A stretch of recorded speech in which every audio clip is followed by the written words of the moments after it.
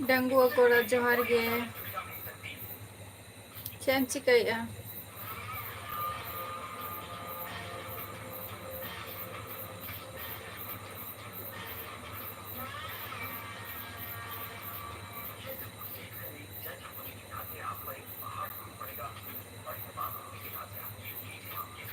ᱪᱮᱫ ᱮᱢ ᱪᱤᱠᱟᱹᱭᱮᱜᱼᱟ ᱰᱟᱺᱜᱩᱣᱟᱹ ᱠᱚᱲᱟ?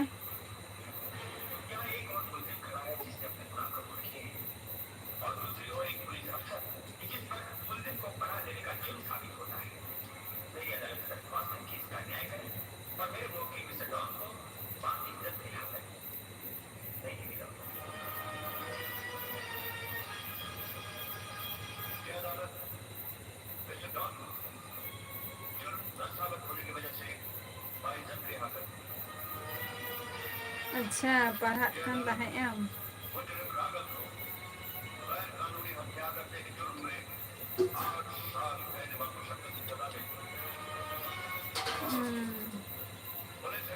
चलो पढ़ाओ। सेता माने पढ़ा तो तीना टाइम तम आमाग दो?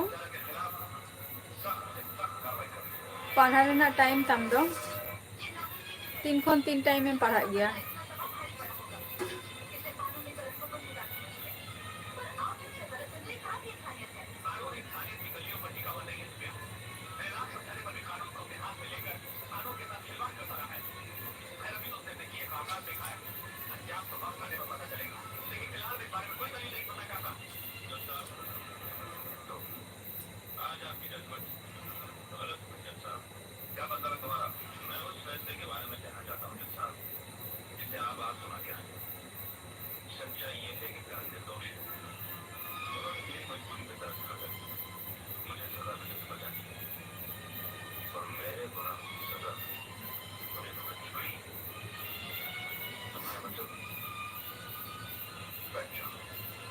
रानी मंडी इन दो नपाय लगे मिनाइया आपे को चेला का मेना पिया तेना वेदर तो बेस गया तेन दो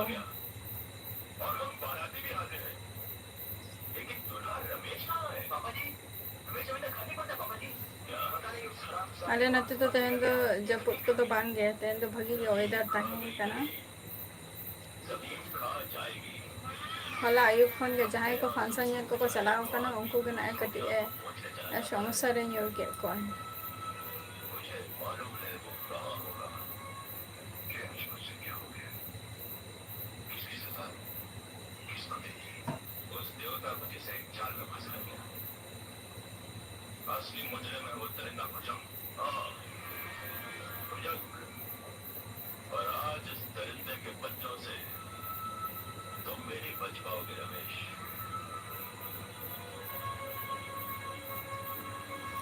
रानी मंडी ओड़ा रे दो नित दो कमी जुदी बान तहन खान तो जम न्यू छड़ा चे कमी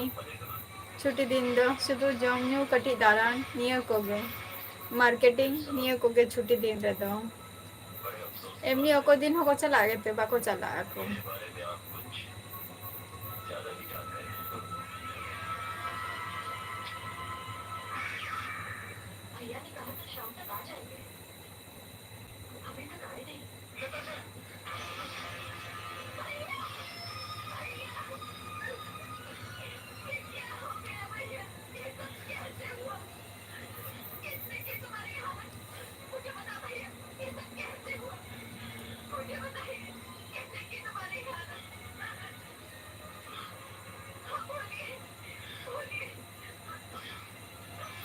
बीएन हपन टाटा आटा इन दो वेस्ट बेंगल नदिया डिस्ट्रिक्ट खनि लइया आम दो का खनिम लइया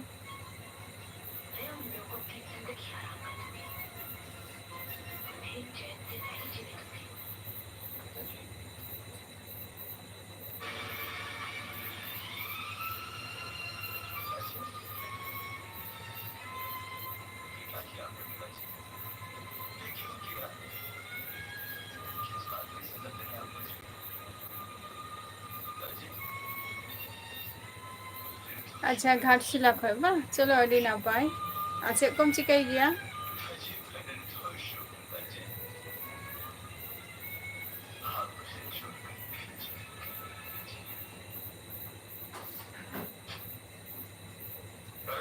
अच्छा पूरी समुद्र साइड का चला आवा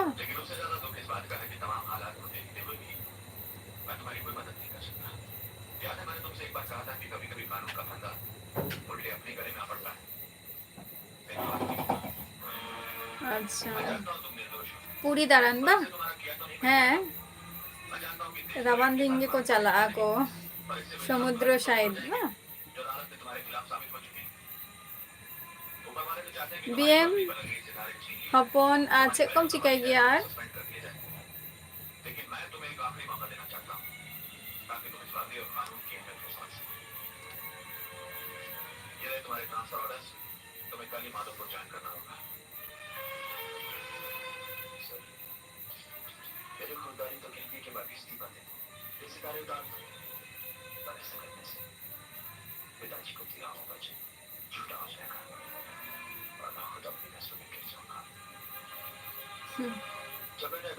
चलो नपाई कथा कना हो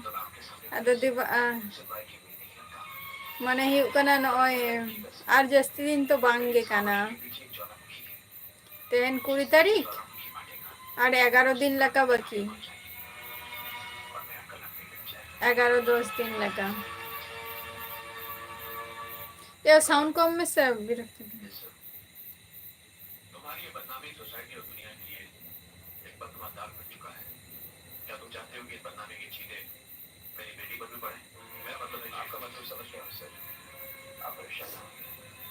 आपकी बेटी मेरी बदनामी अपने सर पर लेके घूमे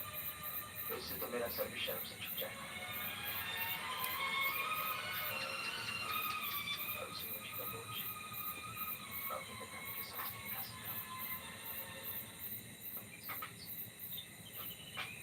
चलो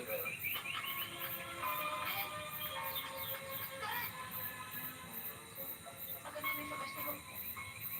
कि अंगूठी लौटा देने से दिलों की मोहब्बत खत्म हो जाती है तुम्हारी भूल है करण दुनिया ने मेरी सच्चाई को झुठलाकर मुझे बदनाम कर दिया है और तुम्हारे पिताजी ये कभी नहीं चाहेंगे कि तुम्हारी शादी किसी अर्जुन मरांडी जोहर गे ओका कोनम लेया इन तो नपाई गिए नपाई गिए इन तो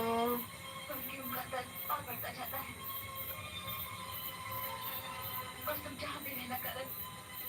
इतना याद रखना कि कोई राह पर तुम्हारे इंतजार कर रहा है जिंदगी के आखिरी सांसों तक बस तुम्हारा इंतजार हाय पुरी रे में जगन्नाथ मंदिर के मेनानी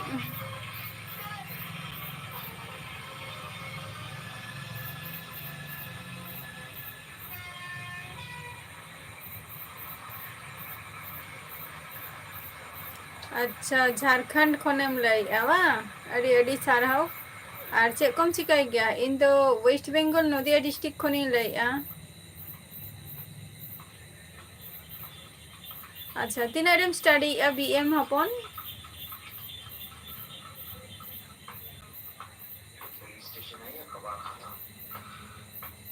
और दो हुई कना उड़ीसा उड़ीसा कान तालेया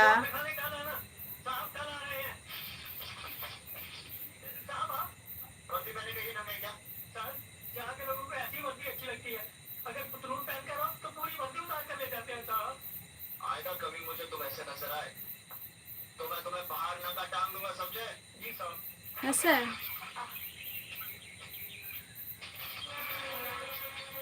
अगर एक कदम भी आगे बढ़े तो हम चिल्लाएंगे थानेदार को बुलाएंगे तीन स्टडी अर्जुन मरांडी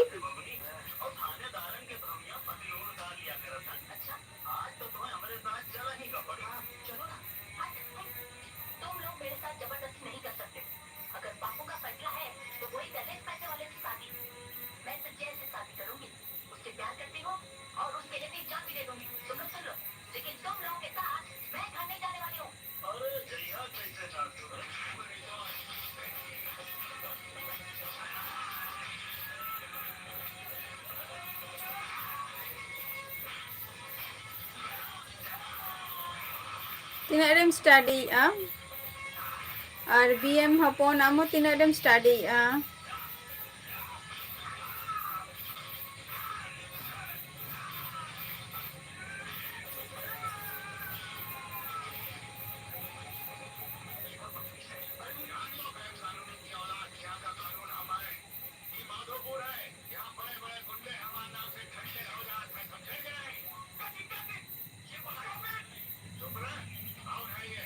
जोहार के बिराज ओका खनेम लइया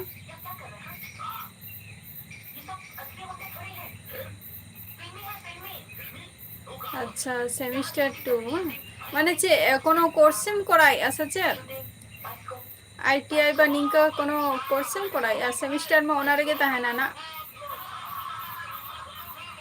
से कॉलेज चे कॉलेज रेम पढ़ा कना अच्छा अच्छा आईटीआई बा चलो चलो ओना रेगे तो सेमिस्टर में जस्ती तहन गया चलो ना पाएंगे तीना बोहे आपे आपे तो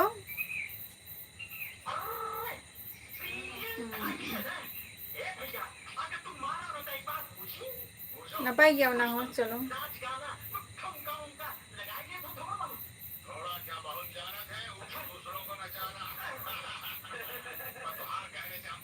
अच्छा जम कर बार बोय हवा माने ओरा रे जतो हर के आई बाबा तिकिन हो मेना किना बा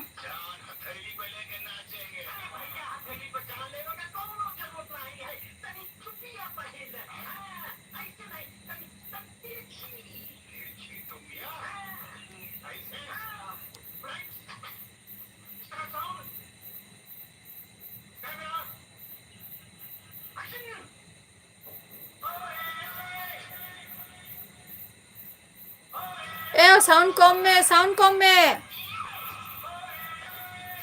एकदम साउंड कम में आरो कम में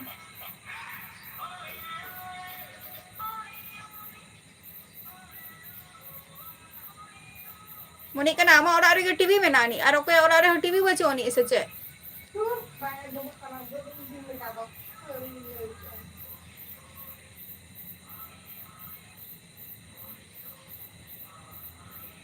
अच्छा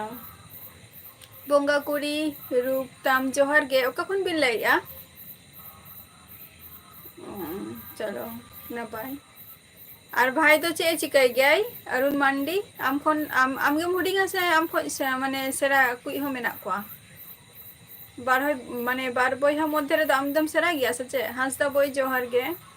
अच्छा डुमको खो चे को बिन चिकाई गया आले तो पे बयहा आले इन मेनेगा और इन दिन बाड़िया बयहा मेना किना हांसदा बय इन दो नापाय रे गे मेनेगा आपे को चला का मेना पिया हलाम हे लेना हला जस्ती चे तो बाम ले ले चलाइना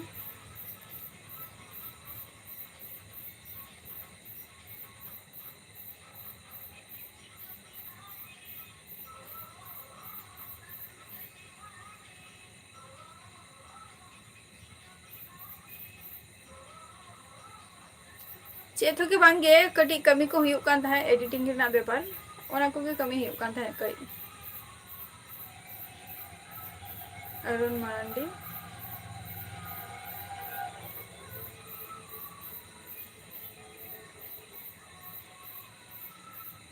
हांसदा बय बाइन हेरिंग का मिया चेताई हेरिंग मिया आमम हजुक गया तो बाइन हेरिंग का मिया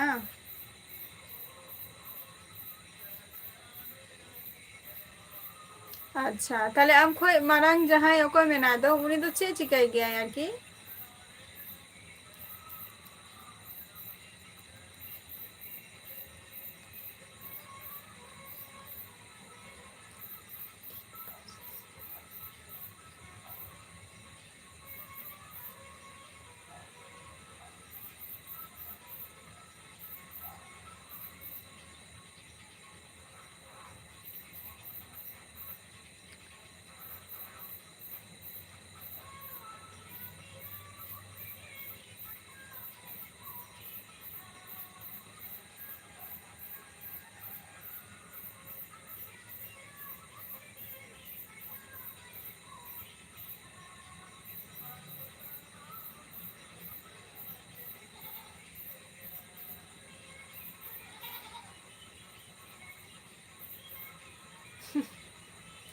हांसदा बय ओना मा मारा देगी मेता का मिया ओना खातिर तो हम ओरा हेतरो में एकदम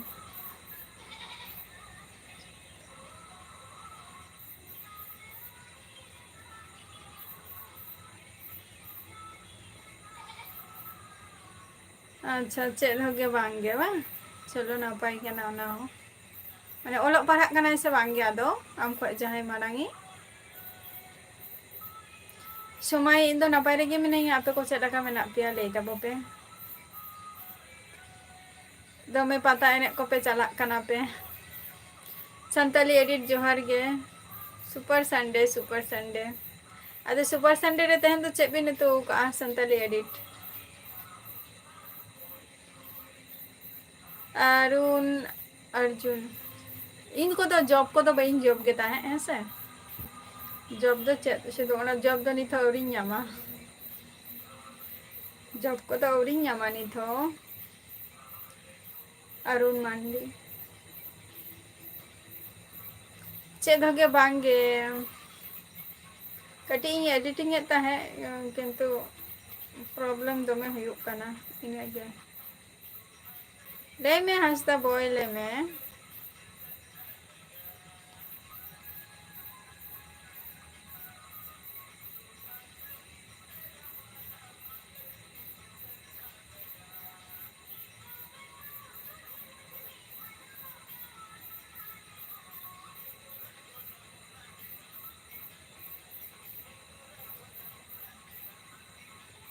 अच्छा अरे नपाई कथा कना तो जीतू सोरेन जोहर गे ओका खुन बिन लैया ओका खुन बिन लैया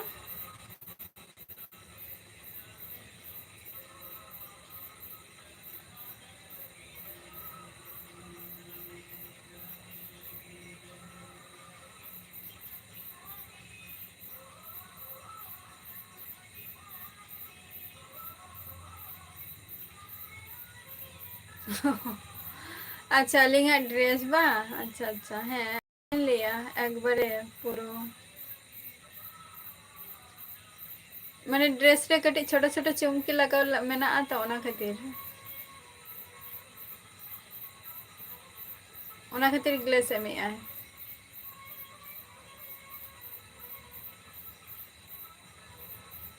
एकिते हुआ दिवाली हजू कना से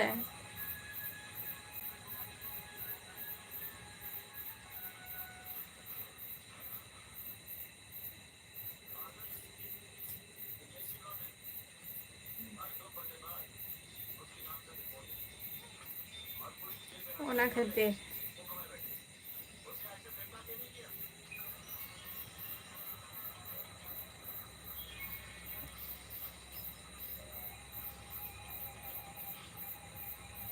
तेन सुपर संडे रे चे उतु हुई ना तेन दो संतली एडिट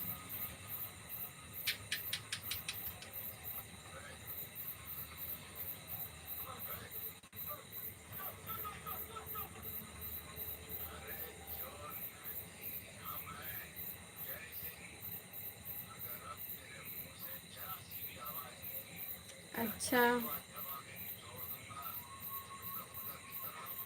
इमा आम हो बइन चिन्ह में गया है से हंसता बॉय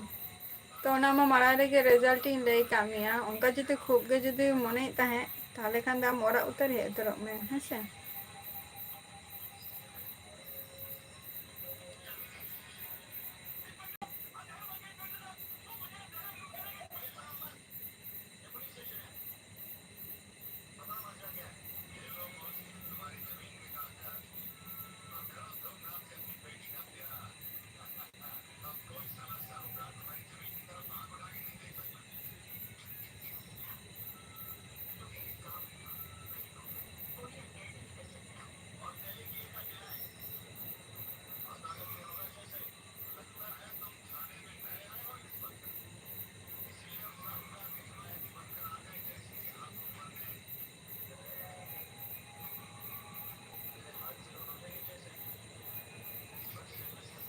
संताली एडिट अबिन तो चिली कना बिन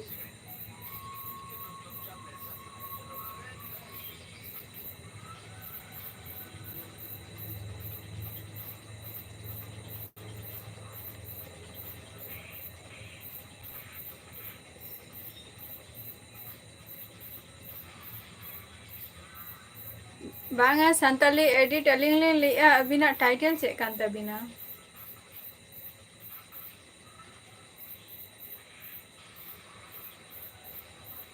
अच्छा संदीप जोहार गे ओका या संदीप सो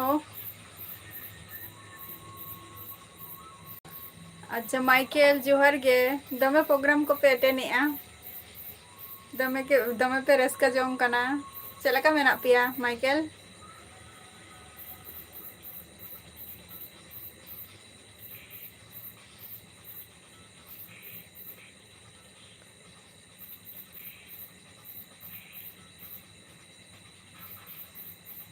संदीप ओका खनेम लैया अच्छा नपाय रेगे बा इन हो नपाय रेगे मेनाया नपाय रेगे मेनाया और पूजा को चलका पे काटाओ केआ तापर आपे उनते दसाई को हुई लेना से बांगे अच्छा संदीप सो अच्छा झारखंड खन अडी अडी सारहाव आचे को बिन चिकाई गया पकुल बा अच्छा अडी मौज गे बा चलो मौज खान गे मौज आ निया मध्य रे दो ओकारे प्रोग्राम बिन चला आना माइकल सर्विस टुडू जोहार गे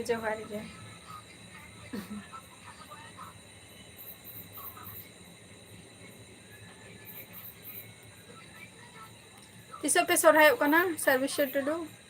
ओपे दो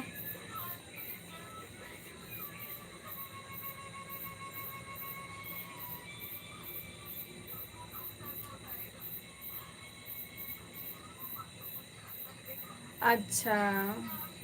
चासबास को गे बा चलो नापाय कमी कना ओना हो और ओड़ा रे कोई को मेना को संदीप सो बाबा ओनते रे तो चे दिन गे प्राय प्रोग्राम गे हुई गया से माइकल चलो साव साव बो ताहले बोन प्रोग्राम या सोरहाय आबा इनका गे इन हिलो Khanna start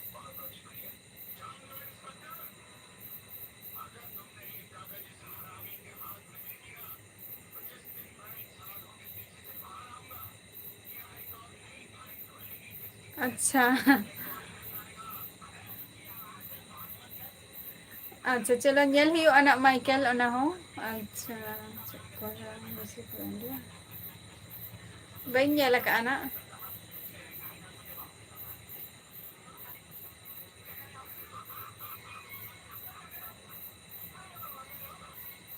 Tendo change muka Tendo ayo Tendo tikin bera bili utu hui lena na ado nito hape sache utu hui abai bade orare ma onka hor bachuk liya kom hor ge tehen gapa do Bangge Michael jom ko to bang hi kana Sanchit Johar ge chelaka menak mia Kolkata hej lena to Sanchit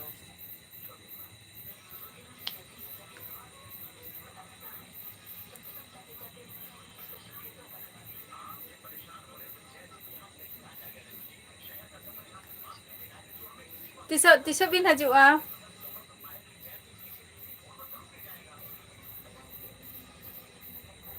Service to do tiso bin haju'a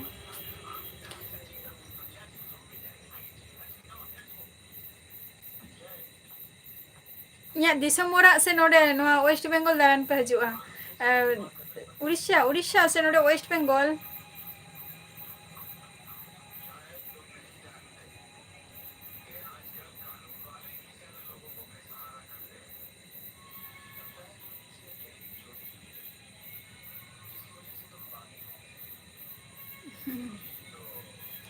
बस के बाबू नवा दो gate दो बंग कना नवा दो हुयुक कना जानला कान तिंगा हेसे जानला कना नवा दो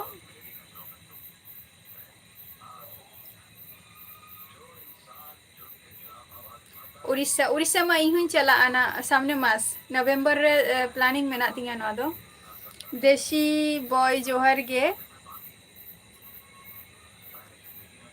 इन दो वेस्ट बेंगल नदिया डिस्ट्रिक्ट खनि लई आना और दिसम ओरा तीन दो उड़ीसा और अबिन दो कखन बिन लई देशी बॉय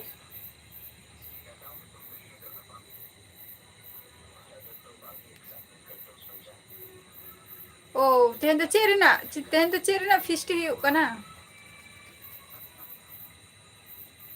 माइकल उड़ीसा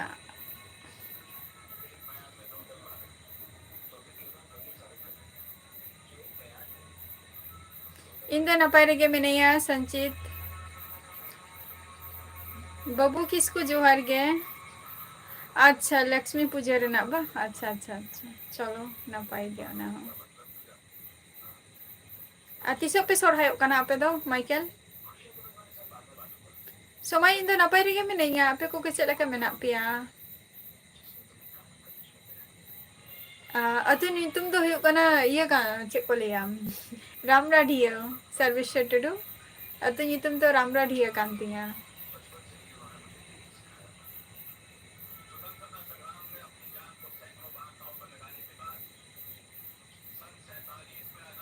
बांग गे समय बाइन जम काय अच्छा ठीक गया माइकल ओके और अबिना दिसम तो ओकारे सर्वेश्वर टुडू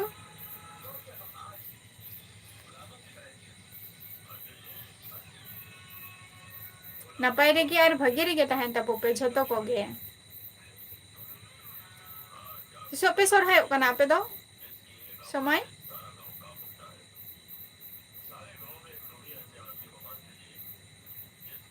गुपन टुडू जोहार गे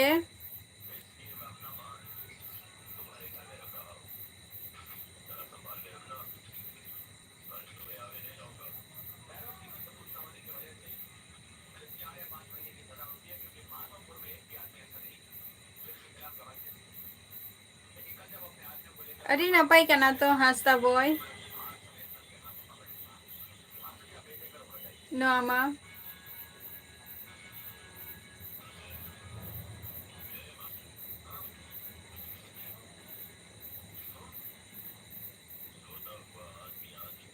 अच्छा माने अदो उड़ीसा दो माने चे एमनी दारान के बिन चला उड़ीसा ओका जायगा दारान बिन चला बिन दादो बांगे संचित बइन चलाओ कना पता बिन को दो बांगे गोपन टुडू बारे जम का आपे पे जम की असल चे तेहन मा सुपर संडे कना अदो चे को पे उतु की तेहन दो संताली एडिट बबिन ले दो ओकाई नबीन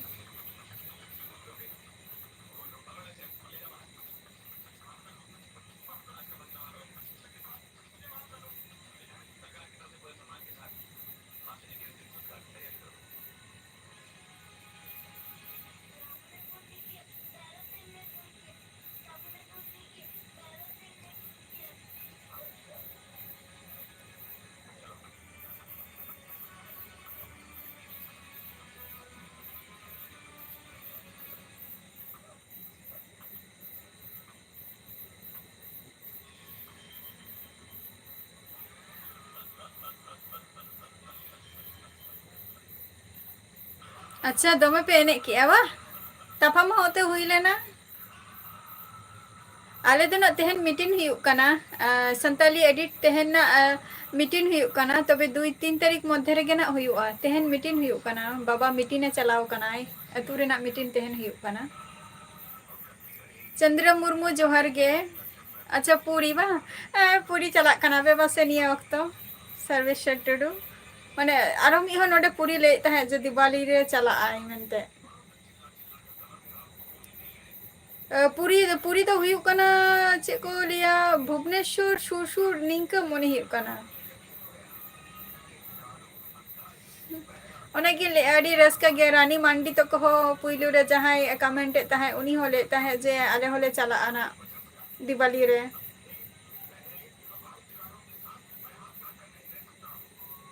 चंद्र मुर्मू चेला का मेना बिना चल अड़ी रस्का तपे समुद्र सैकत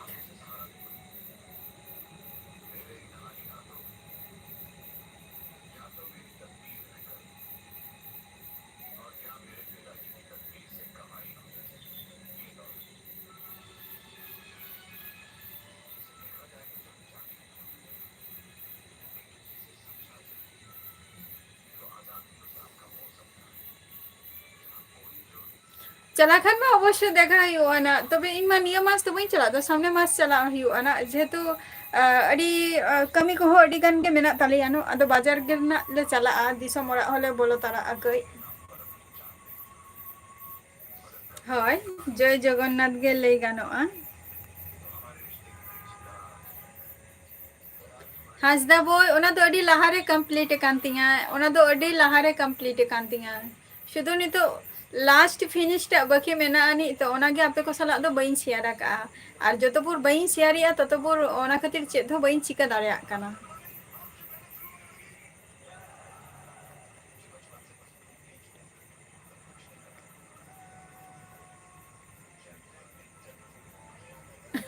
चलो ओडे खन रिलीफ करते ताहले न्यू दिघा पे चलाओ ना दाड़ाय ताबो पे दमे रस्का गे आपे पे चला गना इंगे रस्का इन बुझाइया आपे पे दाड़ा आगु गया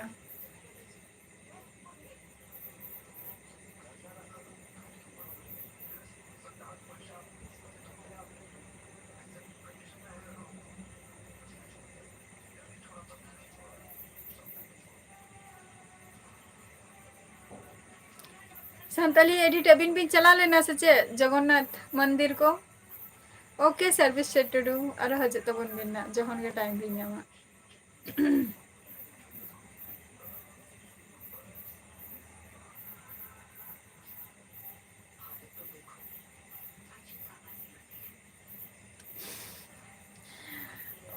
एकला बइन चलाओ कना प्रथमत कथा संताली एडिट जे एकला दारा तो बइन चलाओ कना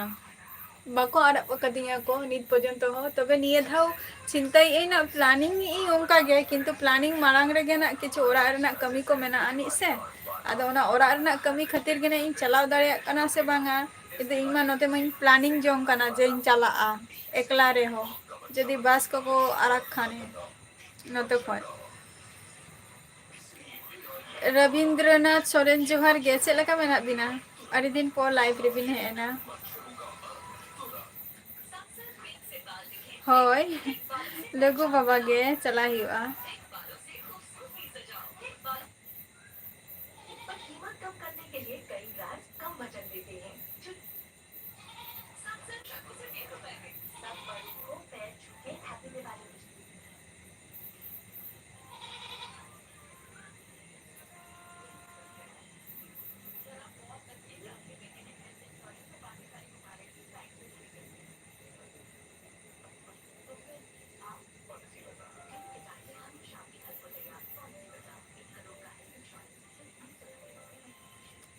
एमआर दी अच्छा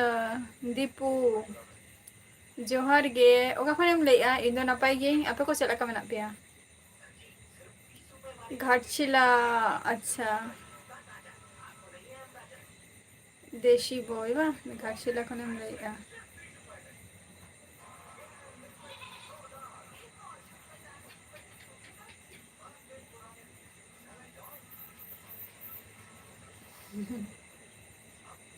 चलाओ कना बिन अबिन दो देशी बॉय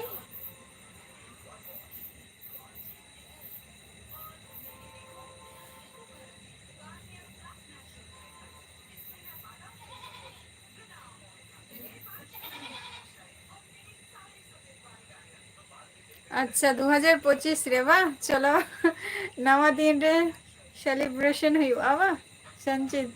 नपाई कना ओना हो अच्छा दीपू इन दो वेस्ट बेंगल नदिया डिस्ट्रिक्ट को नहीं लैया आम दो का खनेम लैया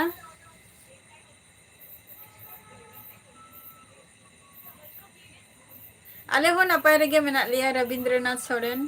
और दसाई को पूजा को चेद लगा चलावेना दारा को चेद लगा हुईना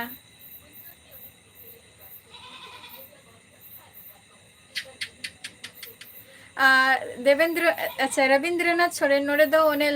जहां को लुगुबुरु आरकी चलाव कना को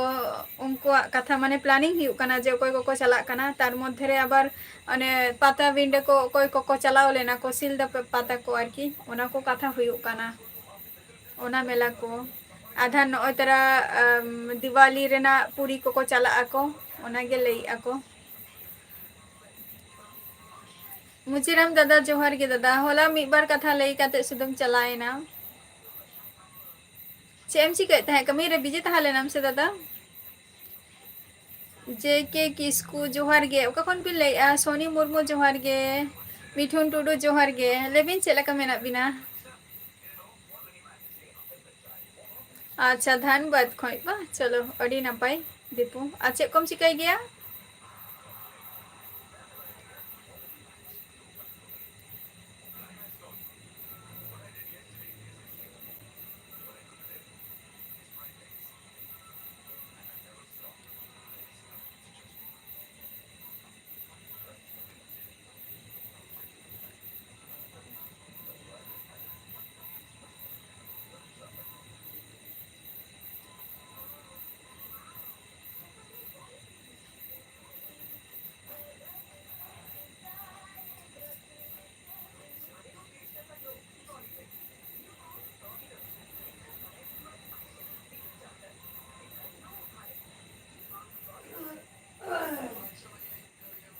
ओ चलो ना तो चे फर्स्ट सेमिस्टर माने फर्स्ट सेमिस्टर का दमा सचे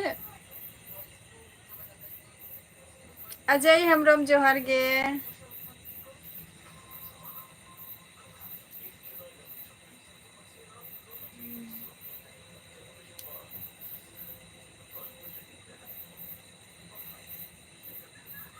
चलो नपाय का ना ना हो जॉइंट एंट्रेंस एग्जाम में ले सचे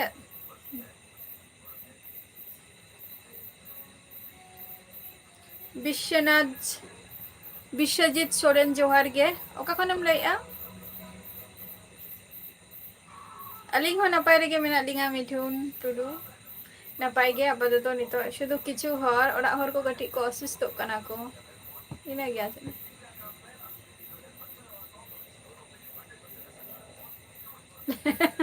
अच्छा नीतो साइलेंट दो नीतो देरी गया सची संचित नीतो हाने चे को ले 10 तारीख माने लुगुबुरु को चाबा तबे गे साइलेंट दो सोरहाय को हजू कना बा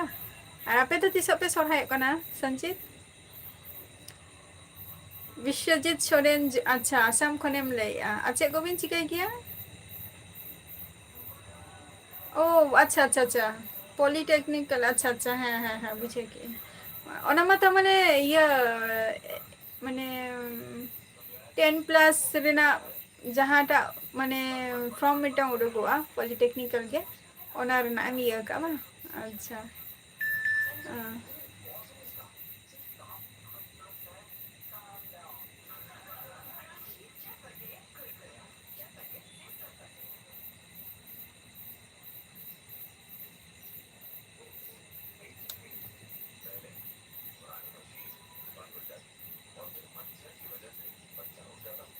देशी बॉय बबिन लई अदो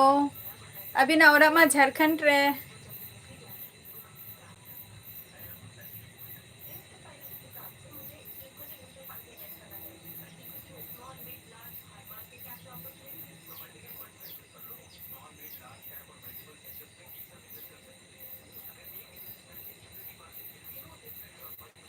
अच्छा समय नाम लेंखान बा रविंद्रनाथ अच्छा अवश्य समय नी वक्त तो समय बचे तभी ना रविंद्रनाथ सोरेन अच्छा चले ना पाई कना ओना हो नापाय कान गया देखो लाइफ रे मिटंग सक्सेस नाम लेंखान गे हुआ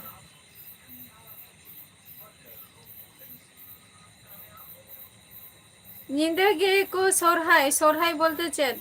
जेटा अयुब बेरा गई को दारा को तार परेर दिन तारासिंग खन गे स्टार्ट एना खुंटाव को सर्दी सोरहाय उन जखय दो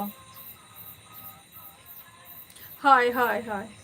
15 तारीख बा लगो बरुआ चलो इन हिलग गे कुनामी मा nyuruh kana आर जे एम संताली चैनल जोहार गे ओका खनेम लैया एलजी हंसदा जोहार गे चेक लका मेना मेया एलजी हंसदा विजय बास्के जोहार गे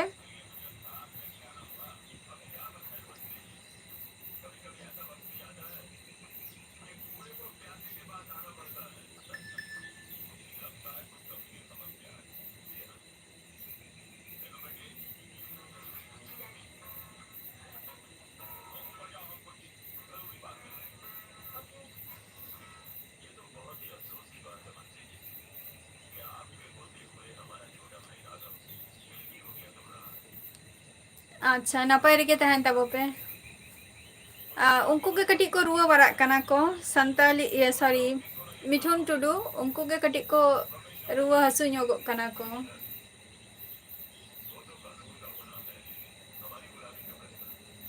ᱤᱧ ᱫᱚ ᱱᱟᱯᱟᱭ ᱨᱮᱜᱮ ᱢᱤᱱᱟᱹᱧᱟ ᱮᱞᱡᱤ ᱦᱟᱸᱥᱫᱟ।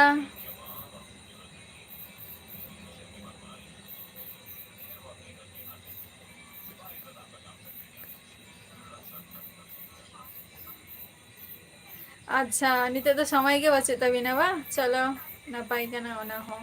ᱠᱟᱹᱢᱤ ᱨᱮ ᱵᱮᱥᱛᱚ ᱡᱩᱫᱤ ᱛᱟᱦᱮᱱ ᱠᱷᱟᱱ ᱵᱚᱱ ᱪᱮᱫ ᱞᱮᱠᱟᱛᱮ ᱚᱱᱟ ᱦᱚᱸ ᱠᱟᱹᱢᱤ ᱦᱚᱸ ᱧᱮᱞ ᱫᱚᱨᱠᱟᱨ ᱜᱮ ᱠᱟᱱᱟ ᱟᱨ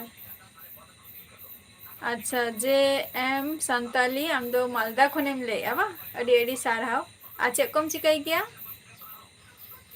ᱡᱚᱦᱟᱨ ᱜᱮ 420 ᱡᱚᱦᱟᱨ ᱜᱮ ᱚᱠᱟ ᱠᱷᱚᱱᱮᱢ ᱞᱟᱹᱭᱮᱜᱼᱟ? ᱱᱤᱭᱩ ᱵᱞᱚᱜ ᱵᱷᱤᱰᱤᱭᱳ ᱡᱚᱦᱟᱨ ᱜᱮ।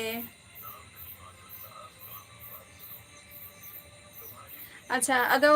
ᱨᱟᱱ ᱠᱚᱵᱤᱱ ᱡᱚᱢ ᱟᱠᱟᱜᱼᱟ ᱥᱮ ᱵᱟᱝᱜᱮ ᱢᱤᱴᱷᱩᱱ ᱴᱩᱰᱩ? ᱮᱞᱡᱤ ᱦᱟᱸᱥᱫᱟ ᱟᱞᱮ ᱫᱚ ᱞᱮ ᱥᱚᱨᱦᱟᱭᱚᱜ ᱠᱟᱱᱟ ᱱᱚᱵᱷᱮᱢᱵᱚᱨ ᱨᱮᱱᱟᱜ ᱯᱷᱟᱥᱴ ᱩᱭᱤᱠ ᱨᱮᱜᱮ। ᱱᱚᱵᱷᱮᱢᱵᱚᱨ ᱨᱮᱱᱟᱜ ᱯᱷᱟᱥᱴ ᱩᱭᱤᱠ ᱨᱮ। ᱵᱤᱯᱞᱚᱵ ᱦᱮᱢᱵᱨᱚᱢ ᱡᱚᱦᱟᱨ ᱜᱮ।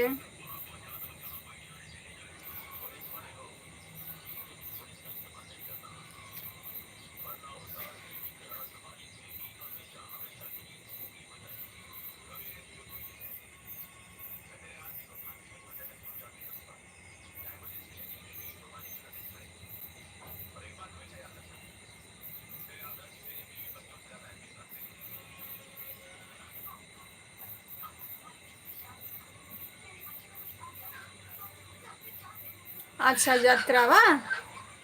ᱪᱚᱞᱚ ᱚᱱᱟ ᱦᱚᱸ ᱱᱟᱯᱟᱭ ᱠᱟᱹᱢᱤ ᱠᱟᱱ ᱜᱮᱭᱟ ᱡᱟᱛᱨᱟ ᱵᱟᱲᱟ ᱦᱚᱸ।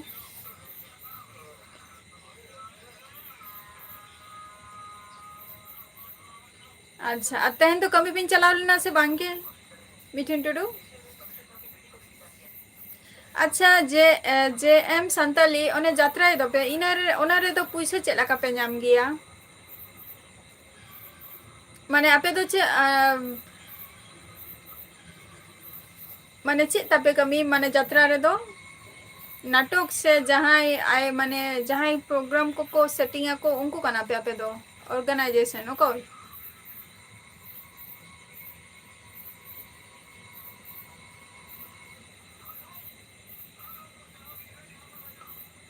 ᱟᱪᱪᱷᱟ ᱪᱚᱞᱚ ᱪᱚᱞᱚ ᱟᱹᱰᱤ ᱱᱟᱯᱟᱭ ᱟᱹᱰᱤ ᱱᱟᱯᱟᱭ।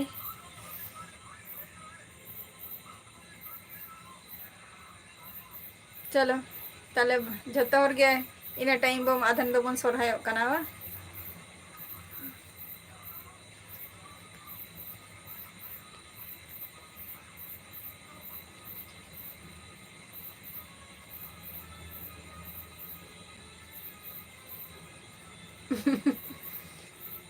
ᱥᱚᱧᱪᱤᱛ ᱦᱮᱸ ᱫᱚᱢᱮ ᱜᱮ ᱢᱟᱱᱮ ᱩᱱᱟᱹᱜ ᱢᱟᱨᱟᱝ ᱪᱮᱫ ᱠᱚ ᱞᱟᱹᱭᱟ ᱫᱷᱚᱨᱢ ᱥᱛᱷᱟᱱ ᱢᱤᱫᱴᱟᱝ ᱯᱞᱮᱥ ᱠᱟᱱᱟ। ᱱᱟᱯᱟᱭ ᱜᱮ ᱵᱩᱡᱷᱟᱹᱜᱼᱟ ᱚᱱᱠᱟᱱ ᱩᱱᱟᱹᱜ ᱪᱮᱨᱦᱟ ᱡᱟᱭᱜᱟ ᱫᱚᱢᱮ ᱜᱮ ᱢᱚᱱᱮ ᱠᱟᱱᱟ ᱚᱸᱰᱮ ᱠᱷᱚᱱᱟᱜ ᱚᱲᱟᱜ ᱜᱮ ᱵᱟᱝ ᱦᱮᱡ ᱥᱟᱱᱟᱢᱟ।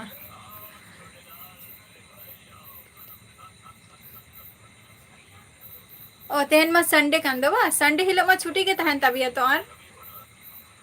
ᱢᱤᱴᱷᱩᱱ ᱴᱩᱰᱩ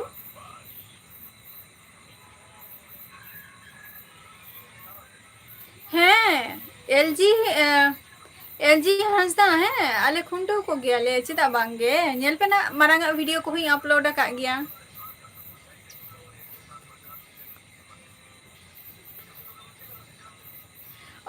ᱳᱠᱮ ᱨᱚᱵᱤᱱᱫᱨᱚᱱᱟᱛᱷ ᱥᱚᱨᱮᱱ ᱟᱨᱚ ᱱᱚᱝᱠᱟ ᱜᱮ ᱥᱚᱢᱚᱭ ᱵᱤᱱ ᱧᱟᱢ ᱞᱮᱱᱠᱷᱟᱱ ᱦᱤᱡᱩᱜ ᱛᱟᱵᱚ ᱵᱤᱱ ᱡᱟᱦᱟᱸ ᱛᱤᱱᱟᱹᱜ ᱩᱰᱟᱹᱝ ᱨᱮᱦᱚᱸ ᱥᱚᱢᱚᱭ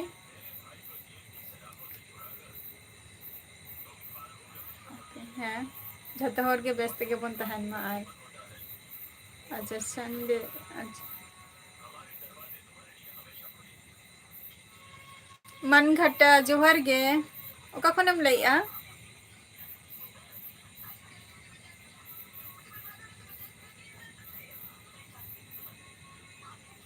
ᱟᱪᱪᱷᱟ ᱛᱟᱦᱞᱮ ᱛᱮᱦᱮᱧ ᱢᱟ ᱥᱟᱱᱰᱮ ᱠᱟᱱᱟ ᱛ ᱥᱩᱯᱟᱨ ᱥᱟᱱᱰᱮ ᱨᱮ ᱛᱮᱦᱮᱧ ᱫᱚ ᱪᱮᱫ ᱵᱤᱱ ᱩᱛᱩ ᱟᱠᱟᱜᱼᱟ ᱢᱤᱴᱷᱩᱱ ᱴᱩᱰᱩ? ᱩᱛᱛᱚᱢ ᱢᱟᱦᱟᱛᱚ ᱡᱚᱦᱟᱨ ᱜᱮ ᱚᱠᱟ ᱠᱷᱚᱱᱮᱢ ᱞᱟᱹᱭᱮᱜᱼᱟ? ओके अपलोड हुआ ना निया धाव तो ना को जस्ती ना बाबा के ना एगरिंगा जे एगर कुछ हम ना कोआ चला हुआ अवश्य अवश्य कुंटे उड़िया हो चेदा बांगे कराव हुआ निया धाव हुई अपलोड ना नेल तबो पे मारांग धाव माने जस्ती द अतु रे दो बइन तहन गे तहे अदो मामा मामा तो को ले गया तो अदो मामा तो को ठेन मैक्सिमम इन चला गया अदो निया धाव दो ना तहे हिउ गया अतु रे गे लई कदिया को मारांग खन गे जे निया धाव दो किंतु तहन गया ओना खातिर तहे हुआ अच्छा चलो अडी नापाई तो अच्छा मन घटा चेन्नई रेम तहन गया बा चे कोम चिकाई गया गणेश मुर्मू जोहार गे ओका खन बिन लइया हाँ मिठुन टुडू तो तेहन तो रुआ लेनाय ओना खातिर तारपरे तेहन तो जिले उतु काय जिले उतु काय तेहन दो अरे सिविल के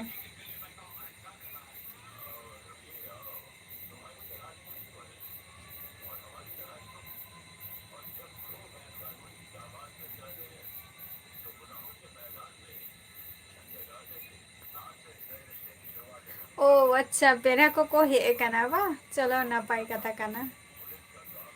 अच्छा टाटा नगर खोय चे को बिन चिकाई गया गणेश मुर्मू बीएम है इन दो नापाई गया मिनैया आपे को चेला का मेना पिया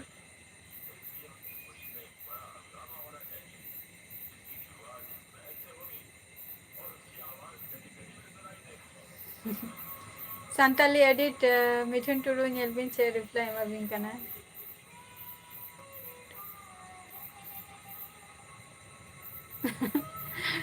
बई बढ़िया कोशिश तहन तिया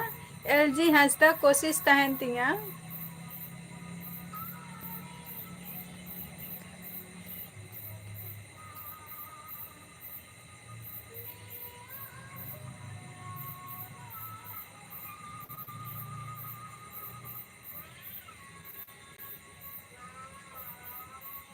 अच्छा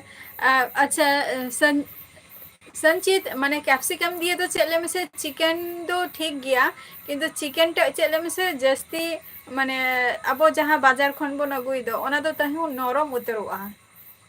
फॉलो का पे से बंगा बई बड़े ना संचित ना दो बीएम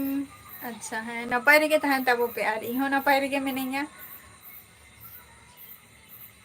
आले से दो उनका के हुई गया खुंटो वीडियो में अपलोड का गया से नेल तबो पे से मिद धाव दो ताहले खान के पे बुझवा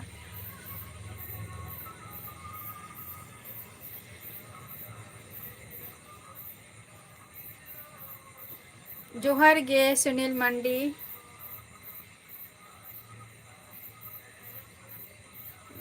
मन घटा बइन बुझौले तबिना चेक बिन ले गया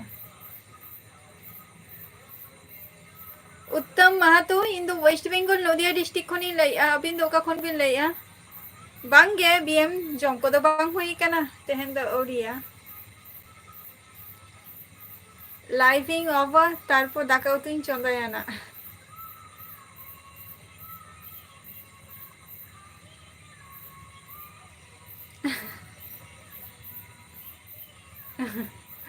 संताली एडिट मिठुन टुडू चे मेताबिन कनाय सुनील मंडी इन दो नापाय रे मेनाइया आपे को चे लेका मेना पे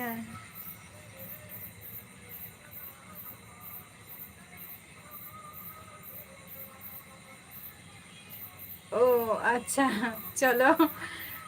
संचित नापाय कना ओना हो नरम गया जस्ती जिलटा अच्छा चलो ओना हो नापाय कमी कना तीना दिन धरे नवा लाइन रे दो मेना बिना गणेश मुर्मू बांगे एलजी हंसदा बाले जमा का आनी तो हंसे जम को तो देरी गया और हर कटी रुआ कना को तो अदो नोडा लाइफिंग ओपा तबे गे ना दाका उतु चंदा हुई तिया मिलन जोहार गे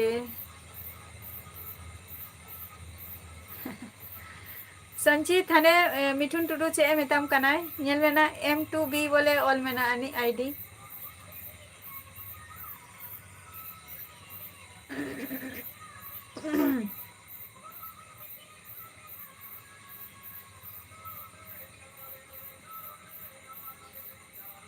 Milan cik lekam nak bina? चलो ओना हो नापाई कथा कान गया तो चॉइस तो ओका कान तबिना ओका एग्जाम रेना गणेश मुर्मू मिलन है हुयुग गया बलिंग बड़ाई गया उना आड दो हुयुग गया मिलन बलिंग ले आज पूरा भाग्यलिंग बड़ाई गया मेनते ना तो अलिंग हलिंग मना कान गया ना तो भईटी कलिंग बलिंग बड़ाई गया संताली एडिट नेल तबो में एंटी चे मेताम कनाय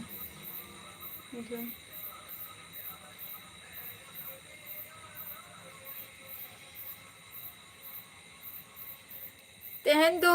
संत सुनील मांडी तेहन तो सेता बेरा तो बिली ले उतु लिया अदो ओरा रे कम हर मेना लेते तेहन दो ना अदो नितो आई बेरा आड़की माने नित होना माने अंकेल मा अवरी हजो आय से अंकेल हजो आय तारपर गे अवश्य अवश्य उना आ डांस तो बई बड़ाया बाद बाकी जहां डांसर कना को उनको लगा तो बई बड़ाया जस्ट नॉर्मल गे मिलन बांगे एलजी हंसदा जॉब लगी के जस्ट चेष्टा हुयुग कना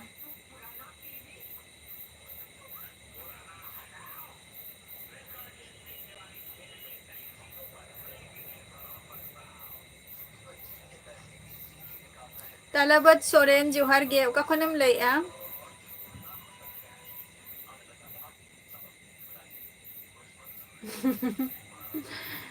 अच्छा मिठुन टुडू संचित चे मेताम कनाय चलो नापाई कना उना हो गणेश मुर्मू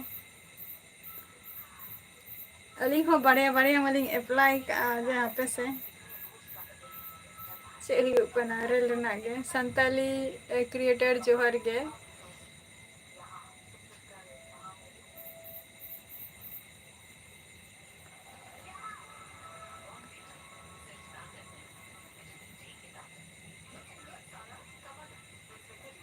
संताली अच्छा सगुन निंदा चला ही हुआ सुनील मंडी चला ही हुआ जरूर चला ही हुआ मुश्किल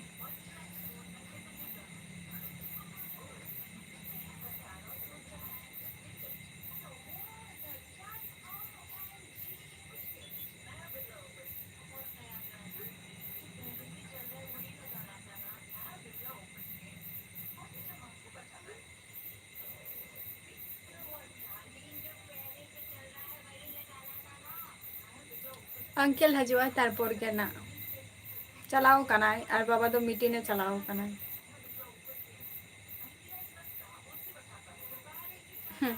आपातत तो झतो हर के लिया को आई बाबा तो को जे स्टेट रे के तहन में स्टेट बाहर तो आलम चला अलिंग हो अबिन लका के अनवा दो मिटा आउटसाइड कांतलिंग अनवा दो लबा किशोर हंसदा जोहर गे अड़ी ताइनम रे बिन हेना लेविन मिलन अलिंग मलिंग लई के उना आ डांस तो भागे ठीक बलिंग बड़ाई गया निया तो अलिंग हलिंग पति कान गया और मना कना लिंग बाद बाकी डांसर को लका दा अलिंग तो उना आर दो बलिंग बड़ाई गया और उनका दो बलिंग खराव दाड़े अलिंग मते तो नोका चिंता भावना मेना आनी संताल है एडिट हजू तबन पे परब कुमा सेटेरो कान गया हजू तबन पे नोते रेगे नेल जोंग पे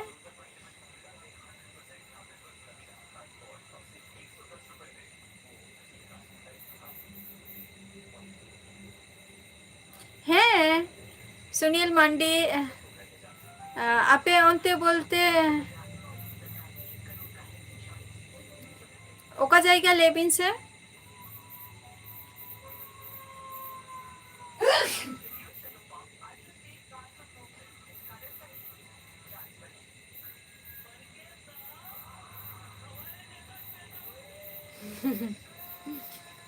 लेबिन मिलन लेबिन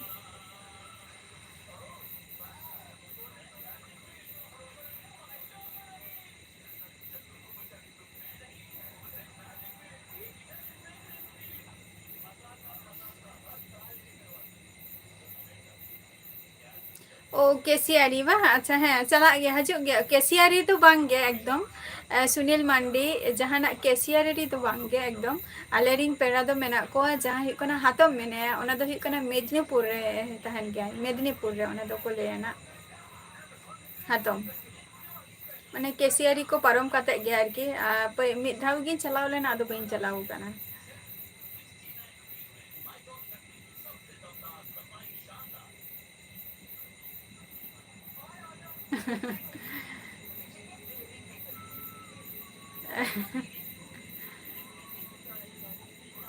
एम हुई कना हापे नितो दो नेल हुई लेंगे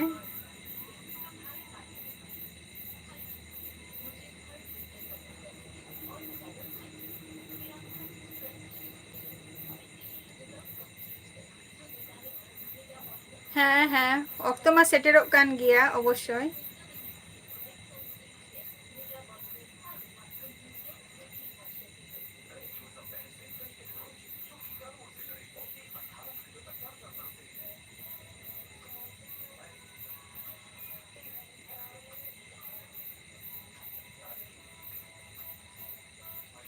अबिना मिलन अबिना कथा अवश्य जहाँ कथा ना बिन लई क्या ओना दो अवश्य गेलिंग दोहय गियालिंग और उना चिंता भावना तो मारांग खन गे मेना तलिंगा जे उन आर्ट दो ना डांसर हो बलिंग बडायालिंग तबे निये कथा तलिंग लईया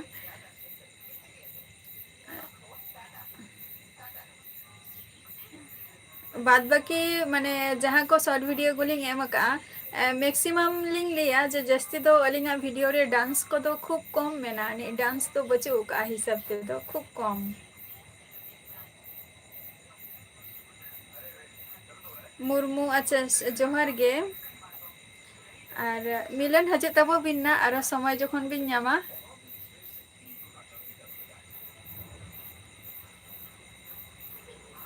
आले दो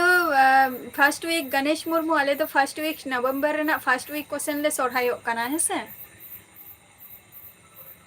फर्स्ट पूरा मेदिनीपुर तो चे लिया जेटा हुई कना सुनील मांडी अने चे को लिया हापी हेरिंग के दो और मैं कलमा पुकुरिया ओंडे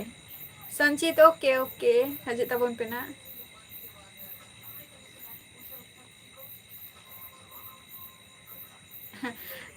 मिठुन टुडू उन आर दो बलिंग बडाय गया तबे ओना दो झतो हरा चिंता भावना अलग तहन गेता को से तो इहा चिंता भावना हो कटी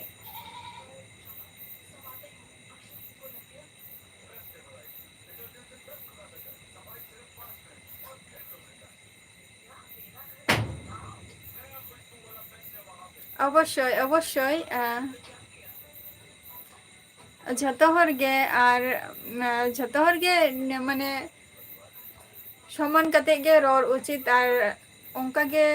सम्मान बन एमा कोआ इहुं एमा कोआ आपे को एमो तबो पे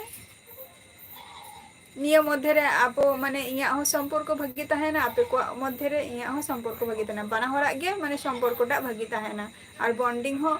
नापाय गे तहना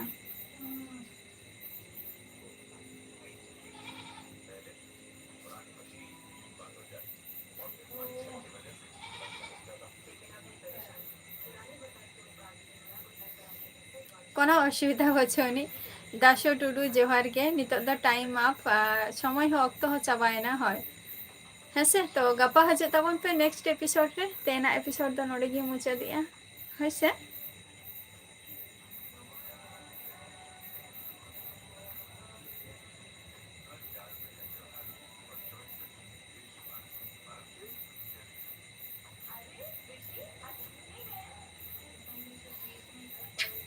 अच्छा चलो ओना ओना सोर सोर गयाले हो okay okay Mithun Tudu okay 8टा खो लाइव रे तो हजु गे 8टा खो 9टा मध्य रे हजु गया ओके बाय है से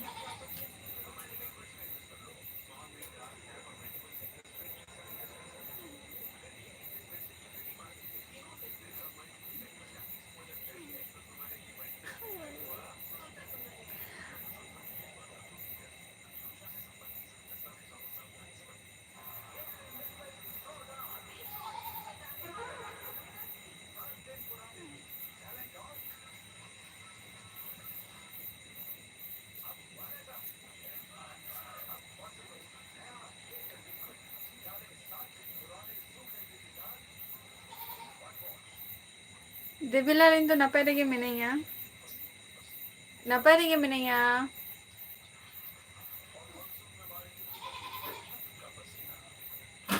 apa ko sila ka anak pia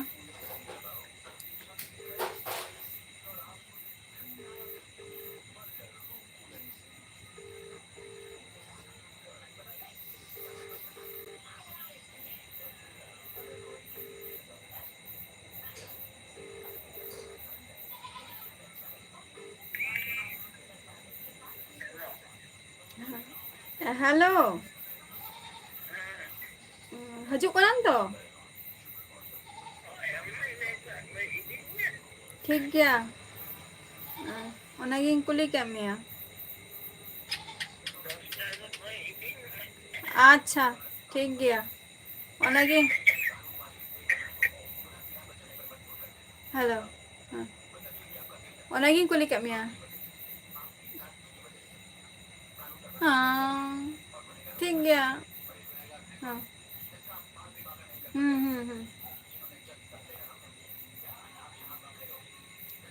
मिलन होय टाइम दो हुई कान तलिंग गया कथा तो निये गे जे फोन के ओना खातिर गे जे 3 साल रे मेने मेनते ताले खान दो लगोनी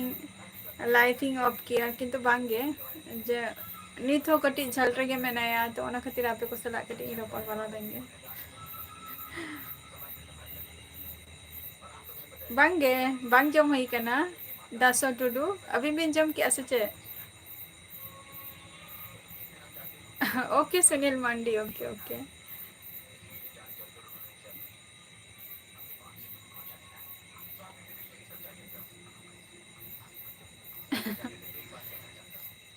फोन ती रोपरे ना जे 3 साल रे मेनाया मेनते आपे को सला लाइफ ऑफ कते गे ना चंद्र बसांग हुआ अदो नित्रिंगे दाका दो इसिन हुई कना सुदो उतु गे बाकी आचे दो गे बांग बाकान दो इया टाइम रे दो इंदी ऑफ गे ता है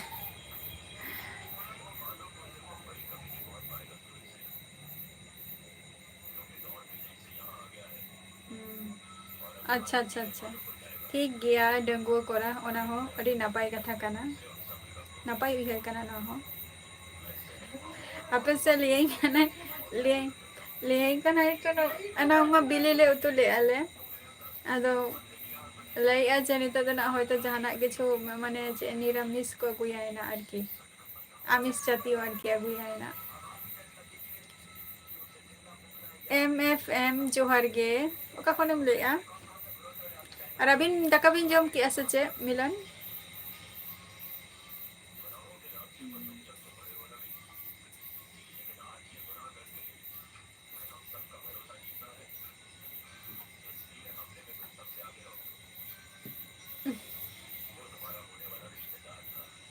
चल का पे अंजम क्या सुनील मांडी मासे लेता वो पे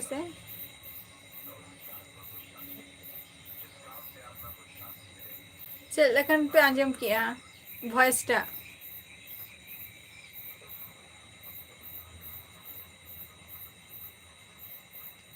अच्छा MFB अच्छा चंदीपुर बा चलो अड़ी नापाय होना हो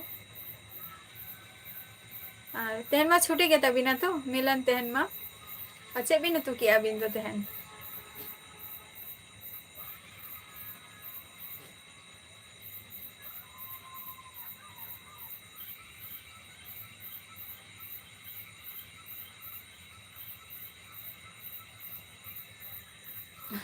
ओना दो तारा माने सेता बेरा ले उतु ले या सेता सोरेन ओना दो हुयु कना माने तारा सिंग बेरा नितो दो ना होयतो जहाना गे ना होयतो अगुई आय होयतो जेल बखान दो हकु तना नि कना मिटा अगुई आय ना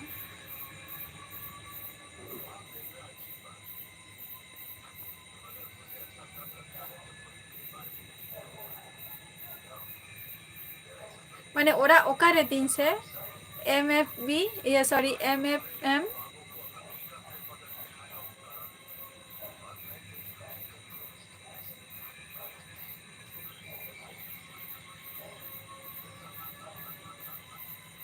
अच्छा अच्छा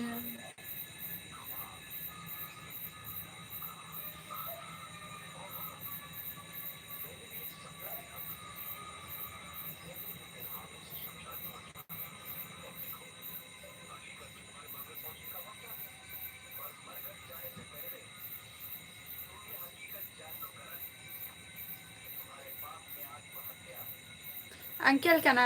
कनाई सुनील मंडी अंकेल कनाई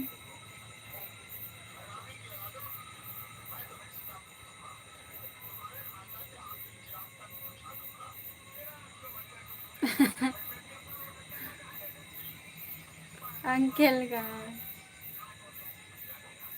सोम हासदा आमा लाइव रे हे कना से मिद धाव वेस्ट बेंगल नदिया डिस्ट्रिक्ट खनि लेआ अच्छा MFM अच्छा ओड़ा रे दो नितो दो झतो माने ची लेया हपनायो को तारपर आये तको गरम बुढ़ी हातम बुढ़ी और बाबा तिकिन दो बचु को और बाद बाकी झतो उनको तो दालान को चलाओ कना होला फंक्शन हुईना से आले नोतेरे मिटंग पलसी बोले मिटंग प्लेस मेना का तो ओंडे राम मंडी और राम प्रसाद से चेता तुम सिंगर जाय हो मिटंग सेरेंग ले ऐसे चेक को लिया आमदम ताहेन विदेशी कॉलेज रे मिटंग उनीटा और हुयु कनाय गोपीनाथ नुको को भगी भगी सिंगर को अगु ले को तो ᱤᱧ ᱢᱟ ᱵᱟᱹᱧ ᱪᱟᱞᱟᱣ ᱫᱟᱲᱮ ᱟᱠᱟᱫᱼᱟ ᱦᱚᱞᱟ ᱢᱟ ᱛᱚ ᱛᱟᱦᱮᱸ ᱞᱮᱱ ᱛᱤᱧᱟ ᱪᱟᱞᱟᱣ ᱨᱮᱱᱟᱜ ᱠᱟᱨᱚᱱ ᱫᱚ ᱱᱤᱭᱟᱹ ᱜᱮ ᱡᱮ ᱤᱧᱟᱹᱜ ᱵᱞᱚᱜ ᱵᱷᱤᱰᱤᱭᱳ ᱨᱮ ᱠᱟᱹᱡ ᱤᱧ ᱢᱟᱱᱮ ᱟᱠᱚ ᱥᱟᱞᱟᱜ ᱠᱟᱹᱴᱤᱡ ᱨᱚᱯᱚᱲ ᱵᱟᱲᱟ ᱦᱩᱭ ᱠᱚᱜᱼᱟ ᱱᱤᱭᱟᱹ ᱴᱩᱠᱩ ᱜᱮ ᱮᱢᱱᱤ ᱤᱭᱟᱹ ᱠᱚᱫᱚ ᱵᱟᱝ ᱜᱮ माने होल नाइट जगाव निका को तो कोनो अटेंशन हो बन ताहे लेन तिया बजे उका तिया आर तो जाय होक तो उनका मिटन नो दो मिटन आउटसाइड मिटन जायगा कना तो ओना जायगा रे इमा बई चला दारे का तो बयहा ते को बहु तो को जतो को सेना कना उनको के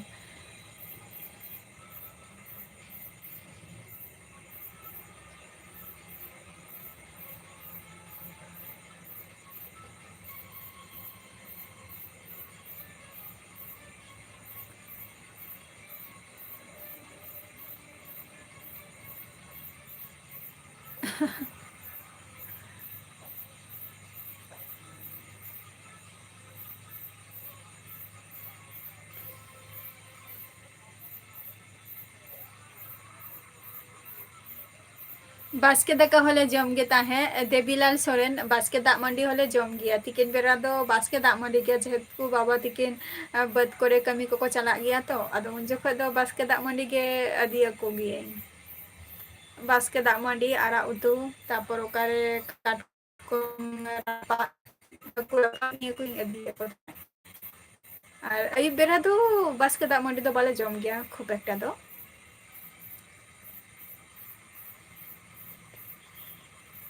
अच्छा चलो संताली एडिट श्वेता मुर्मू चे मेता बिन कनाई अच्छा डंगुआ कोरा ब्लॉग वीडियो निये ही लिया जे रिक्वेस्ट ही लिया जे बाद बाकी ब्लॉग वीडियो नेल ताबो बना है से ताहले पे बुझाव न्यामा और बुझाव न्याम लेनखान होपे मेतेኛ ना जे आम दो झतो खन हुडी कना एक्चुअली हुडी दो बांग कनी इन दो झतो खन सेराई कनाई और भाई तो को दो मेना को गया तो भाई तो को दो उनको दो मारांग रे को बापला कना को है से तो उना दो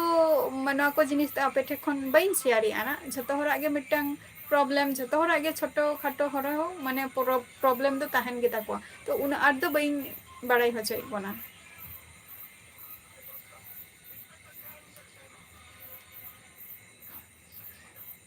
बांगे अंकेल अंकेल सुनील मंडी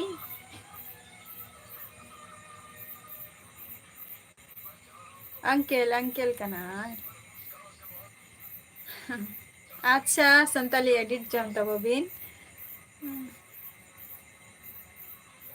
हाँ तो उनी सिंगर हे लेना जाय होक तो उनी सिंगर ठेन इन दो बई चलाव दाहे का तेहन तारासिंग पर्यंत होको ताहालेन गया निंका मिटंग आजम किया तो इमा अडी रस्का गिंग बुझाव किया किंतु चलाव दो बई चलाव दारे का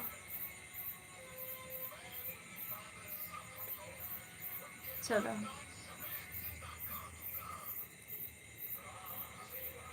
गरम बुढ़ी तो जपी तक आकिन उनकिन तो आड़ी की टेम्पर किन देखाव तगिना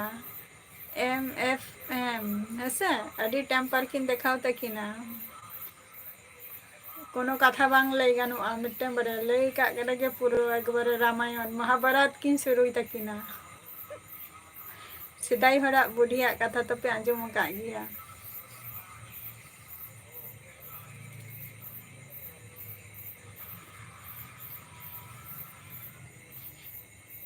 लेबिन मिलन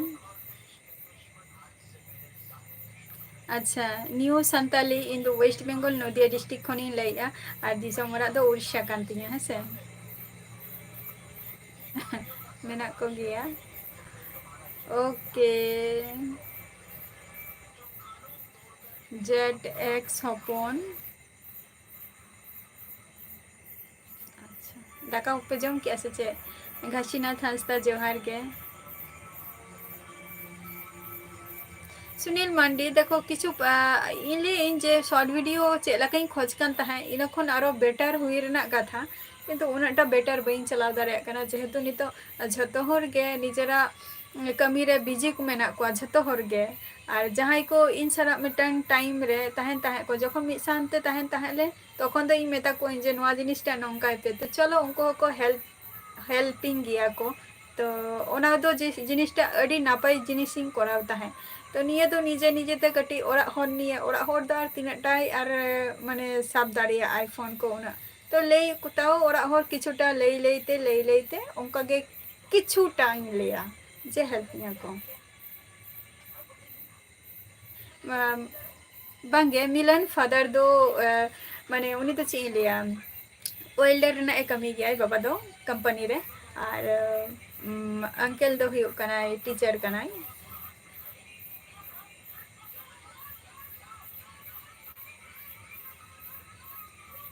एम प्रोडक्शन इन दो कल्याणी सिटी भी नाजम का तो ओना सर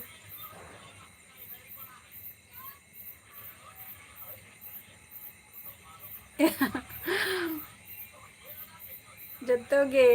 एमएपी आपे मा तीना गान गरम बुड़ी मेना को बई बड़या किंतु माने चेद अली ई हाराम बाबा मेनेया हाराम बाबाई आज दई माने ही कना हातम बुड़ी माने बाबाई आज हातम माने उनी हातम बुड़ी हो किंतु आले ठेन तहन गया उनी दो सिदाई खन गे तहन गया तो उनी हो सर्विस का गया तो उनी हो नोडे गे मेनेया और जेटा ही कना गरम बुढ़ी उनी हो मेनाय गया ताहले उनकिन बाना होर बुढ़िया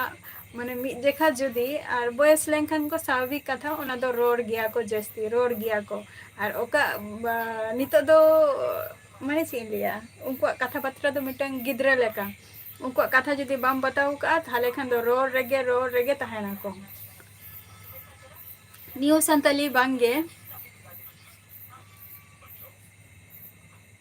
हय देवीलाल सोरेन हय ओरिजिनल दिसम ओरा दो अलिंगा दिसम ओरा दो उड़ीसा के कान तालिंगा और उड़ीसा तो प्राय अलिंग बलिंग चला रहे हो जहाँ नुको माने गरम बुढ़ी तको हातम बुढ़ी तको मेना को उनको तो दारा अगुई गया बचरे पे धाव रे हो बार धाव रे हो हाँ तो अड़ी गान होर गे ले गया को जे माने ले गया को जे वीडियो रे गरम बुढ़ी को देखाओ को भी देखाओ तो उन आड बइन कुसिया गया जे नवा को जिनिस तो जे झतो हर ठेन जे टुको दिन मेना किना शांति ते तहन मकिन नपाय ते तहन मकिन तो बयस दो अड़ी ढेर गे हुई इतर कान तया हातम बुढ़िया दो और गरम बुढ़ी दो उन आड तो बांगे सबे तीना तीना लिया उनी दो गरम बुढ़ी दो हाटली 90 निंकाई लेबेदकाय और जहां माने हाराम बाबाई आज दई उनी दो मोटामुटी 100 दो लेबेदेआय निथ मेनाय गया तो डाक्टर निथ माझे माझे ले गया को डाक्टर जखन नी बुढ़ी दमे गे स्ट्रंग गया अजे सरी गे स्ट्रंग हुई दाड़िया जेहेतु सेदाय रिन जहां हाराम बुढ़ी को तहालेना उनको दो अरा सकाम जम तेगे को तहालेना को और जहां जिनिस को जम तहे पूरा प्रियरली चे फ्रेश जिनिस को जम तहे उनको दो ओना खातिर उन रोग बीमार को दो बचुत तको जहां तिना गे को जहां चिका के और नेतार तो छतो माने सार एम ते छतो ओना जिनिस गेबन जमे आबन जस्ती ओनाते बीमार को जस्ती हुयुक कान तबवा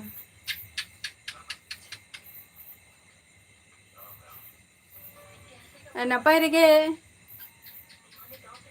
नपाय सीता सोरेन है नपाय रेगे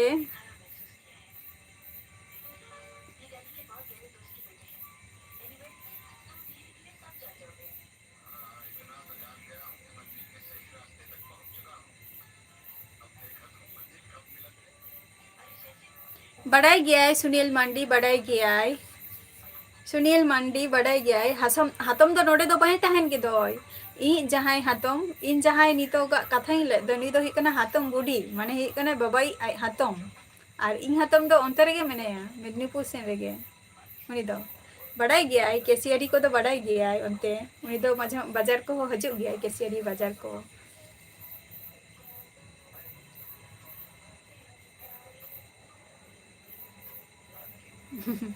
सुनील मिलन बांगे उना जायगा उना उना उना कपाल दो बचुक तिया उनको लेका दो फेमस है से उनको लेका दो बांग फेमस के तिया कपाल दो उनको लेका दो बांग फेमस के तिया होय अच्छा अड़ी नपाई कथा कना देवीलाल सोरेन मयूरभंज में अलिंग हो कना लिंग डिस्ट्रिक्ट दो मयूरभंज के कना अलिंगा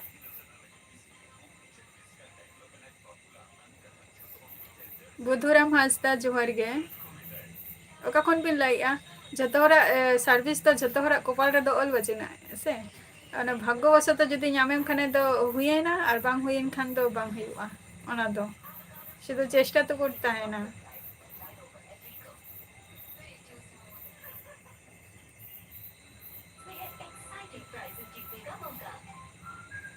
सोमरा सोरेन जोहार गे जोहार गे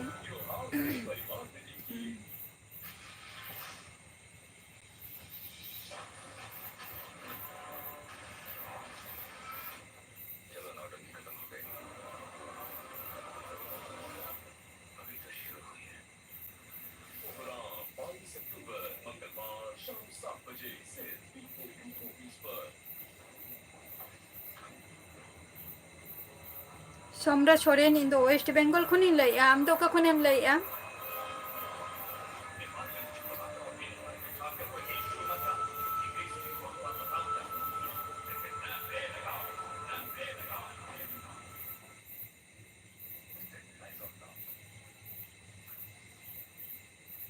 चला हुआ ना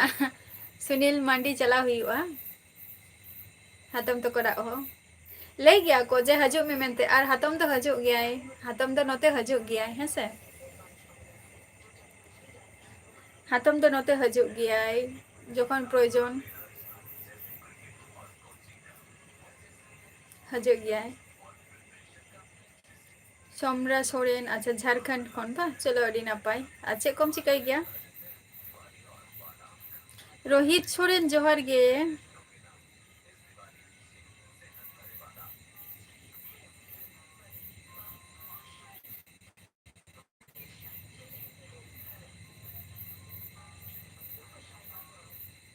बांगे बई हे बड़ा कना सुनील मांडी जा मिधा हुडिंग बेरा लिंग चलाव ना आतो बई चलाव कना सुनील मांडी माने जा हुडिंग रिंग चलाव लेना आतो बई सेना कना अच्छा विलाप सोरेन अच्छा मेदिनीपुर खनेम ले बा मेदिनीपुर डिस्ट्रिक्ट बा चलो अड़ी अड़ी नापाई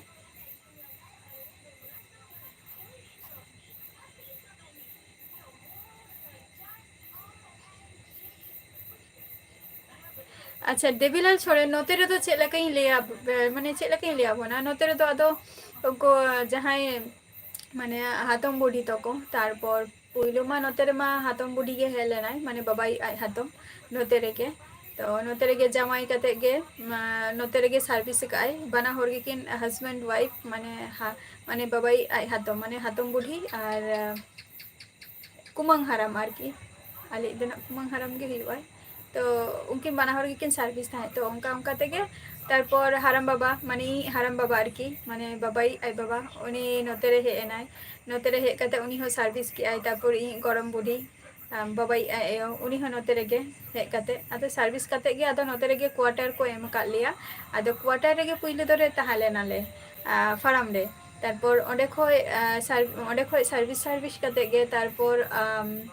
माने टाका पैसा को दो बारा कते गे तारपर आदो नोते रे जखन उना कमते जखन जायगा जमी को नामक कान गया ताले नोते रे हताव हुई लेन गया आदो नोते रे को हताव का को और नोते रे काका तको दो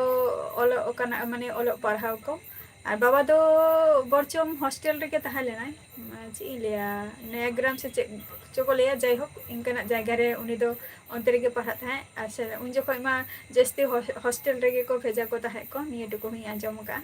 आदो नोते रेगे आदो काका तिकिन हो नौकरी को की नाम का नोते रेगे और बाबा तिकिन हो नोते रेगे तो उनका तेगे आले तो नोते रेगे सेटलमेंट मेना लिया आपाततो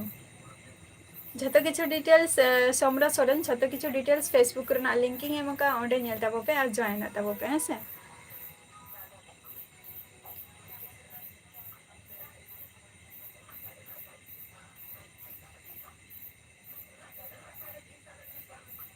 अड़ी दिन लहारी चलाव लेना चे लेके लिया म तीन साल हुआ ओना दो आदो नित मध्य तो बई चलाव कना रिसेंटली तो बई चलाव कना तीन हुआ ओना सालटा 2010 से 11 रे निंकन सेन लेना आदो बई सेना कना हादम तो को ठेन दो आदो सेन के बांगे सुनील मांडी अच्छा चे बिन कमी गया सोमरा सोरेन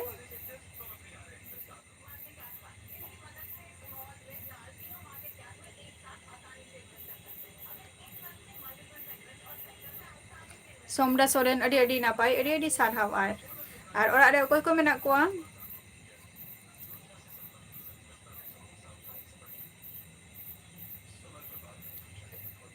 देवीलाल सोरेन और जहाँ अबिन बिन कुकली बिन दोलेआ नोआ हुयु कना काथाटा नोआ हुयु कना व्यापार आज दो बांगा तो निंका तेगे आदो नोते रेगे ताहा हुयु कना आदो नोते रेगे झतो किछु कमी पारा को आदो जहाँ माने दिसम रे हो मेना को गया दिसम रे जेमन माने आली हराम बाबाई माने आई भाई माने हुडिंग हराम बाबा मेनेया ओंडे मेना गया आ चला गया ले जखन गे इच्छे तखन गेले चला गया और नुकु हराम बाबा तको जहाँ उनको दो दिन सरा को लिया जे आले जानाम ओरा अदी लेते आले जानाम ओरा अदी लेते तो अदी को गया ले चलो दादा हजू अबन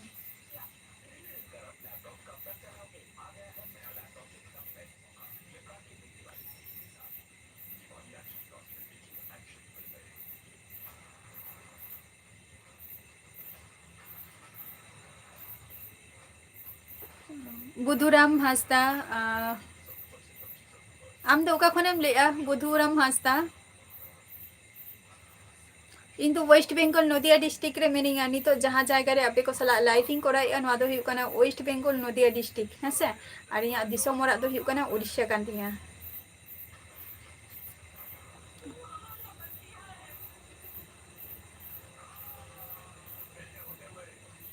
हाँ सेन लेन गया सुनील मांडी हाँ हाथम तो कोरा दूँ सेन लेन गे दो 2010 रे से 11 रे निंका टाइम चलाव लेने ओना हो आदो बई चलाव कना चलो अड़ी नापाय फैमिली कना आर नापाय रेगे तहन ताबो को दाबू दास जोहार गे ओका खन बिन लइआ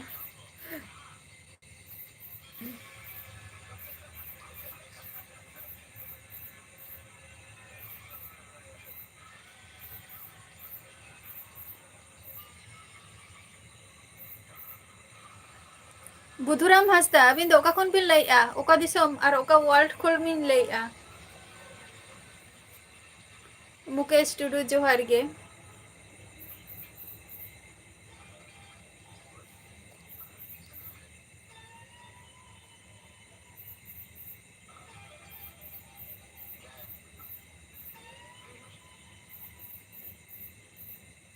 आले फैमिली तो माने चे लिया दो बिग फैमिली कान तलिया तो 10 जन माने 10 जन चेतान रे मेंबर मेना लिया सोमरा सोरेन हेसे होय आदो बई है कना आदो चला गे बई चलाओ कना सुनील मंडी आदो बई चलाओ कना सुनील मंडी आदो बई चलाओ कना आदो बई चलाओ कना ओनते ना उन जखो दो ची लिया उन जखो ओना टाइम रे आने जहाँ सुवर्ण रेखा जहाँ ताहालेन दो ओना नई पारम हुई को निये टुकुኝ बाडाया नई ते है तखन दो बोधाय चे मिटंग ब्रिज से चे को तैयारिया ओना तो ओरी कंप्लीट आ बोधाय निका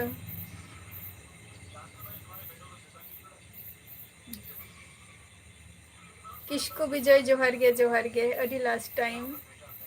राम हेम्ब्रम इन वेस्ट बेंगल नदिया डिस्ट्रिक्ट खन लैया और आपे को दो ओका खन पे लैया कटी लई ताबो पे सोमनाथ जोहर गे अदो बई चलाव कना अदो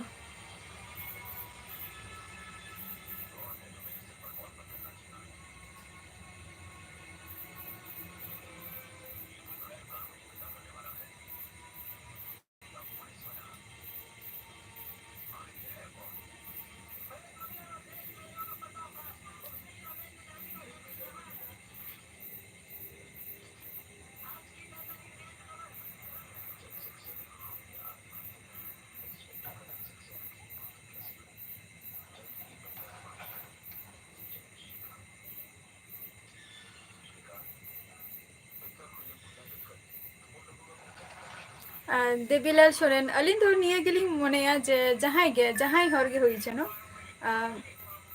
अलिंग चेलका झतो हर सला गे सम्मान एम तेगे रोड उचित काना जहाई हर गे एबटा अलिंग जदी सम्मान जदी एमलिंग बडाया ताले जहाई हर अलिंग सला को रोड़ेया तो उनको हो कटी इन लई को जे आपे को कटी सम्मान ते रोड ताबो पे आ नोंका गे करा उचित से अलिंग लिंग मतेया नोआ दो और झतो हर चिंता भावना किंतु नोआ दो बांग ताहेन गे ताकोआ नोआ चिंता भावना दो